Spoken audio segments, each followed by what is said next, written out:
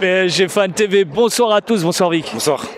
Bon, face aux Marseillais, est-ce que tu as passé une bonne soirée? Est-ce que tu es satisfait de ce qu'ont fait les Parisiens ce soir? Victoire au Parc, dans le Classico, dans une grosse ambiance. Je suis satisfait de la victoire parce que c'est un Classico, mais malheureusement, on est encore un peu... On n'est pas assez tueur devant le but, et ça me pose problème, parce que dans les matchs importants cette saison, notamment en Ligue des Champions, ça peut être dur. Alors ce soir, tu pointes un peu du doigt l'attaque. Qu'est-ce qui a pêché pour toi ce soir? La finition, clairement. Mbappé a été très remuant ce soir, j'ai bien aimé son match, mais il doit mettre au moins un but. Neymar c'est pareil, Messi c'est pareil, il y a eu la barre sur le coup franc, dommage.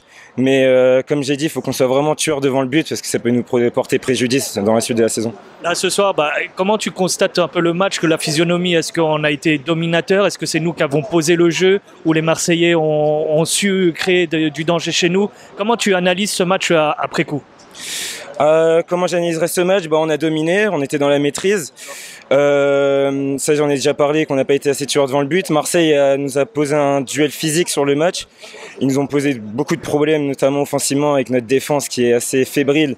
Mais bon, on va pas parler de ça. Mais non, franchement, j'ai bien aimé notre match. Avec cette nouvelle composition, c'était nouveau. J'ai bien aimé, mais faut être plus tueur devant le but pour que ça soit parfait. Alors on retrouve un petit peu notre milieu à 3. Est-ce que ce milieu te satisfait? J'ai bien aimé ce soir, franchement. Je l'attends depuis longtemps en plus, cette triplette Fabian, Verratti, Vitinha. Gros match de Fabian, je tiens à le dire. Et franchement, à voir, j'ai envie de voir ça dans les prochains matchs. Très intéressant. Quand tu veux, ça veut dire que tu souhaites laisser 3 joueurs pour constituer ce milieu à 3. Renato Sanchez, par exemple, tu l'évinces? Pour l'instant, je resterai comme ça parce qu'on a beaucoup de blessés. Malheureusement, Danilo, une pensée à lui parce qu'il s'est blessé. C'était notre meilleur défenseur dans ce début de saison. Mais oui, avec tous les blessés en ce moment, je resterai comme ça pour l'instant. Mais en janvier, il nous faut un défenseur absolument. C'est primordial.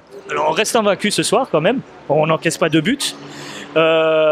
Est-ce que pour toi il y a une amélioration dans la défense? Tu l'as cité tout à l'heure que tu n'étais pas très content, mais est-ce que, allez, quand même, on fait un nouveau clean sheet, Donnarumma reprend un petit peu du galon dans cette défense. Est-ce qu'il y a tout de même du positif derrière ça? Oui, gros match de Donnarumma, encore il était beaucoup critiqué, et là il vous montre que qui c'est. Très gros match de Donnarumma encore une fois. Et oui, c'est très bien, on n'a pas pris de but, ce clean sheet. C'est magnifique, j'ai envie de dire. Donc voilà, on a assuré l'essentiel et c'est le principal. Super. Un dernier mot pour terminer? Oui, je voulais parler un peu du climat autour du club, de tout ce qui se passe.